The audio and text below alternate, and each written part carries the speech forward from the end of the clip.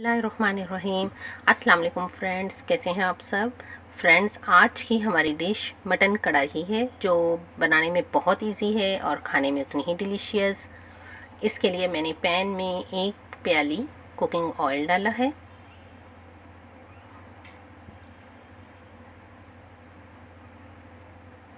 बहुत easy recipe है, 35 से 40 मिनट्स में तैयार हो जाएगी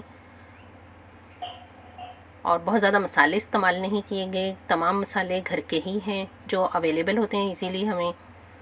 2 मीडियम साइज़ की प्याज कटिंग की है, वो मैंने इसमें डाली हैं। ऑयल को थोड़ा सा गर्म कर लिया ताकि ठंडे ऑयल में ठंडी प्याज ज़रा जल्दी नहीं होती।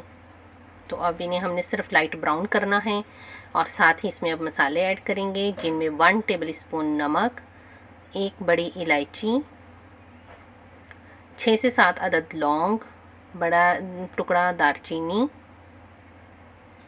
1 टेबल स्पून ज़ीरा,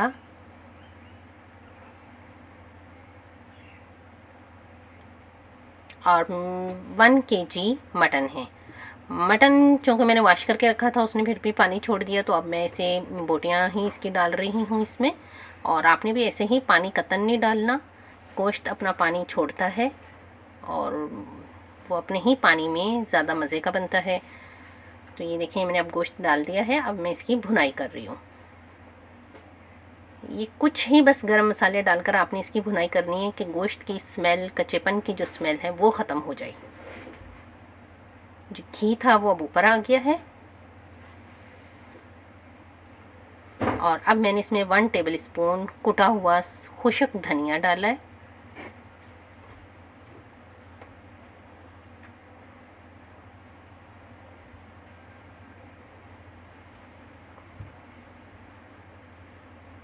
वन टेबल स्पून सुरख मिर्च,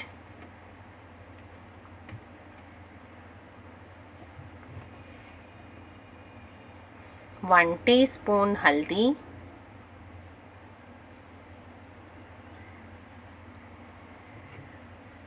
1/2 टीस्पून कलौंजी,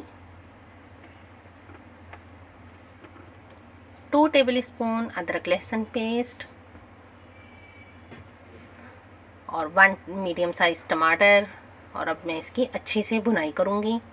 गोश्त की भुनाई करना बहुत ज़रूरी होती है। ये अब मेरा गोश्त तकरीबन गल गया है और भुनाई भी हो चुकी है, कुकिंग ऑयल ऊपर आ गया, तो मैंने 1 प्याली बीट की हुई दही डाली है।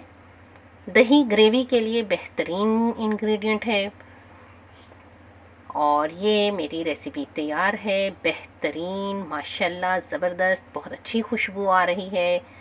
ये अब मैं इसे सर्विंग बाउल में डाल रही हूँ। बिस्मिल्लाहिर्रहमानिर्रहीम। ये हमने बाउल में डाला और इसकी गार्निशिंग की सब्ज़ धनिए और अदरक के साथ। फ्रेंड्स, बहुत इजी रेसिपी, तमाम मसाले घर के ही हैं, कुछ भी बाहर से नहीं लाना। Friends, like my video and subscribe my channel cooking with Afifa Zainab. Take care. अल्लाह हाफिज़।